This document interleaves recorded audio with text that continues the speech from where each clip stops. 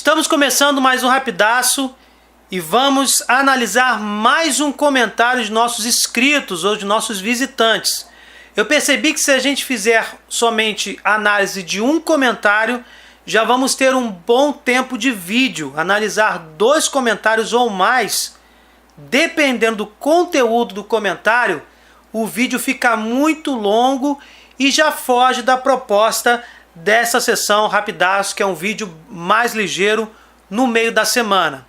Então vamos ao comentário de hoje. Daniel Falco: eu imagino no tempo de Moisés, cada um abrindo seu tabernáculo, dizendo que teve uma interpretação diferente das tábuas da lei, igual o protestantismo faz hoje. Realmente, Daniel, é muito complicado nós termos uma só fé, um só batismo, como está lá nas Sagradas Escrituras, e termos cada cristão, cada irmão nosso interpretando a mesma passagem bíblica de uma forma diferente.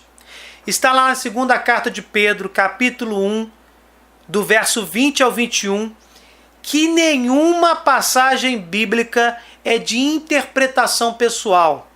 Nós já fizemos vários vídeos falando sobre a Bíblia, sobre o conteúdo, quantos livros tem a Bíblia, sobre o conteúdo sobrenatural das Sagradas Escrituras, e mostramos que uma vez que a Sagrada Escritura ela é inspirada por Deus, o ser humano escreve um texto sagrado, o autor sagrado, que chamamos de agiógrafo, e escreve um texto sagrado inspirado por Deus, utilizando a sua cultura, utilizando o seu conhecimento, aquilo que está ao seu redor.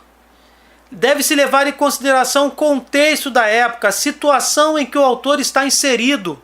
Tudo isso é levado em consideração para que o autor registre de forma escrita aquilo que o Espírito Santo está inspirando. Se nós analisarmos a forma como nasceu cada um desses trechos bíblicos, ou seja, inspirado pelo Espírito Santo, nós só podemos ter uma interpretação justa, de qualidade, legítima, levando em consideração a interpretação daquele que inspirou o texto, que é a interpretação do Espírito Santo.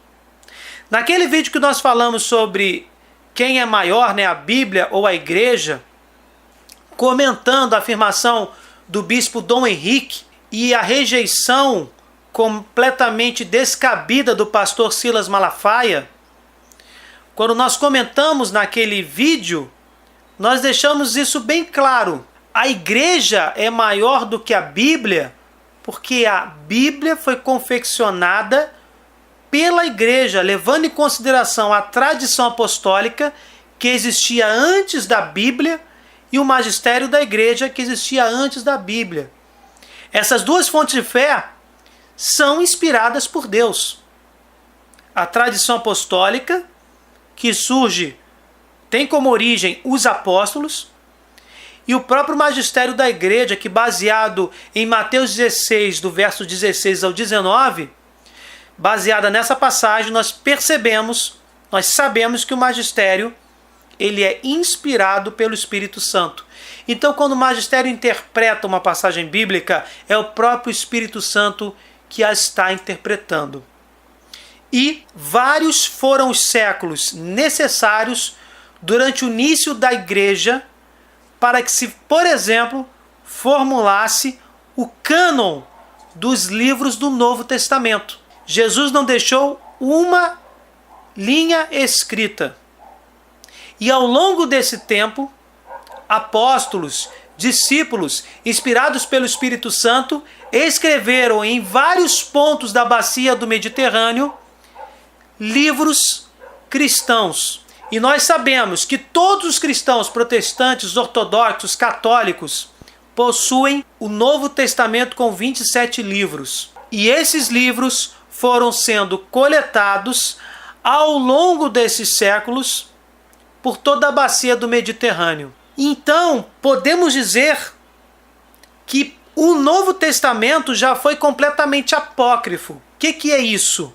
Apócrifos são livros não canônicos, livros que não são incluídos na Bíblia. Nós tínhamos o Antigo Testamento, duas versões. A versão grega da Septuaginta, que tinha 45 livros, mais antigo e mais completo, e a versão judaica, com 39 livros. A partir daí, para incluir os 27 livros do Novo Testamento, cada um deles foi sendo analisado ao longo de séculos.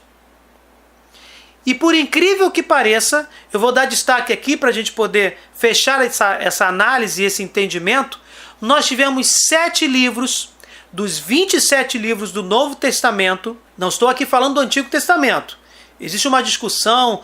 Algumas denominações protestantes utilizam o Antigo Testamento da versão judaica, com 39 livros. Outras denominações protestantes, juntamente com a Igreja Ortodoxa e a Igreja Católica, utilizam a versão de 45 livros.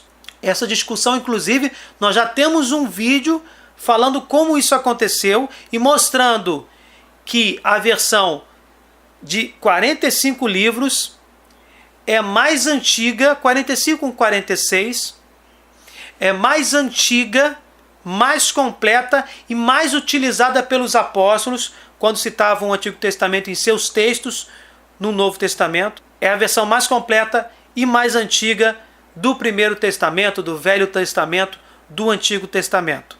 Vou deixar aqui o link na descrição deste vídeo. Está meio mal filmado, foi logo no começo do nosso canal, mas esse vídeo tem uma análise bem substancial sobre o assunto. Já o Novo Testamento, que tem 27 livros, ele é um conjunto unânime.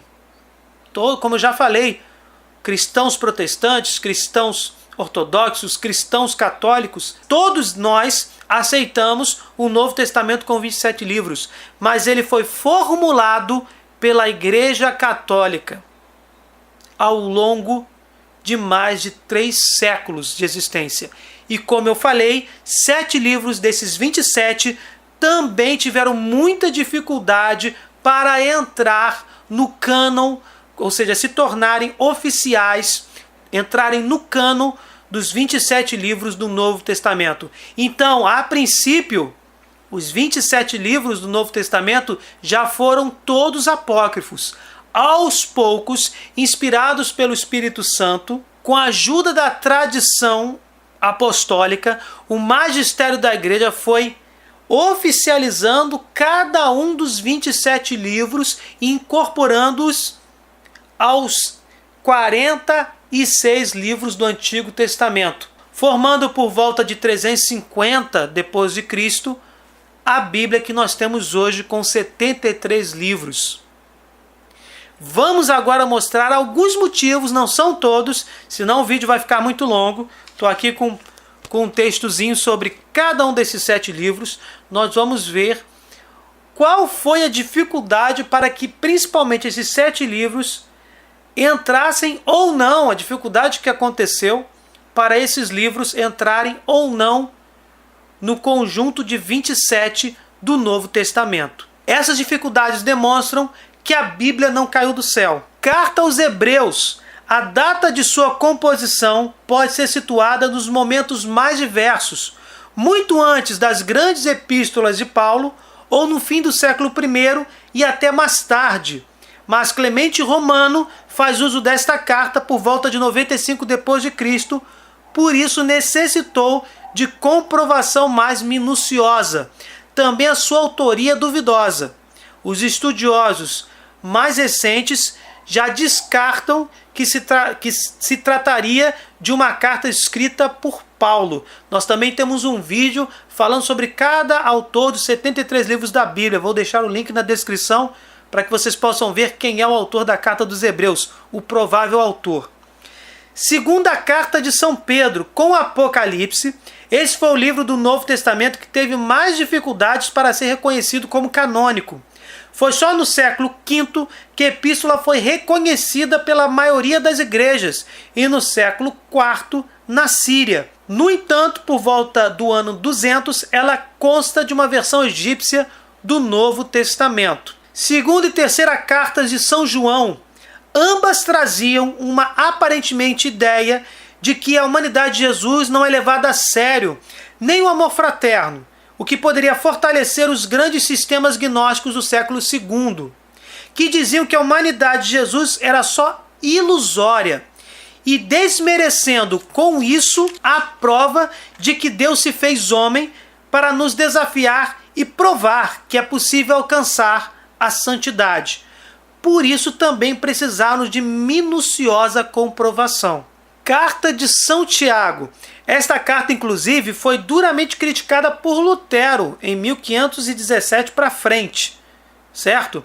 Por quê? Porque a carta de São Tiago defendia que não somente a fé bastava para a salvação, mas a fé e as práticas das boas obras, o que colidia com um dos pilares do protestantismo, que só a fé bastava. Então Lutero pretendeu retirar a carta de São Tiago da Bíblia de 73 livros. E estudiosos perceberam que Jesus Cristo só era mencionado 2 vezes, no verso 1 do capítulo 1 e no verso 1 do capítulo 2, de forma alusiva. Então, alguns passaram a considerar a possibilidade da carta de Tiago não ter sido originalmente um escrito cristão, mas um documento judaico superficialmente cristianizado. Por estes motivos, muitas outras investigações aconteceram e quase a carta de São Tiago não entrou no cânon dos 27 livros do Novo Testamento. Carta de São Judas. Por ter citado livros judaicos chamados de apócrifos, livros que não foram considerados canônicos nem pelos judeus para serem colocados no Antigo Testamento, quanto mais no Novo, né? Mas esses 2 livros, o livro de Enoque e a Assunção de Moisés, eles, por terem sido citados no texto de São Judas, na carta de Judas, acabou contaminando a canonicidade desta carta. Esta epístola foi alvo de estudos mais detalhados, inclusive sobre se realmente Judas era irmão de Tiago. Por esses motivos e outros, a carta de São Judas quase não foi incluída no cânon de 27 livros do Novo Testamento. E por fim, como eu já tinha falado anteriormente, o Apocalipse. Tal livro foi alvo também de grandes investigações para verificar se João, o autor, era o apóstolo e evangelista de mesmo nome. Problemas quanto à autoria do livro.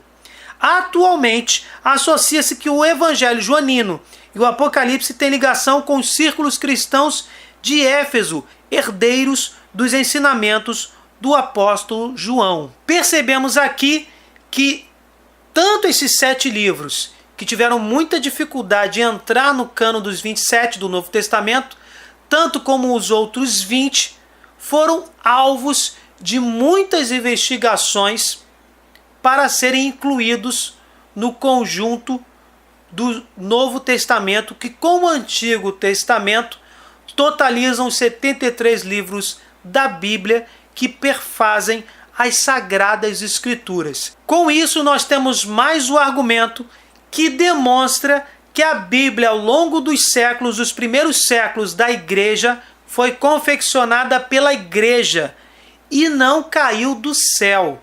A Bíblia não é o único critério para a nossa fé.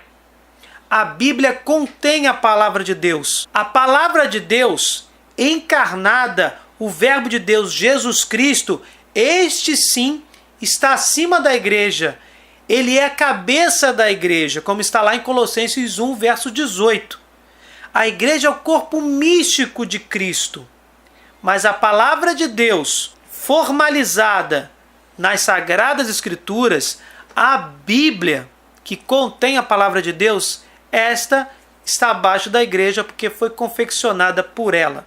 Mas como fonte, como eu já falei em outro vídeo, como ao lado da tradição apostólica e ao lado do magistério da igreja, a Bíblia também é uma fonte de fé que deve entrar em comunhão harmônica com todas as outras duas fontes, sem possuírem contradição entre si. Bem, gente, se vocês gostaram, deixe seu like, compartilhem, se inscrevam no canal. Fique com Deus, desculpe qualquer coisa e até o próximo vídeo.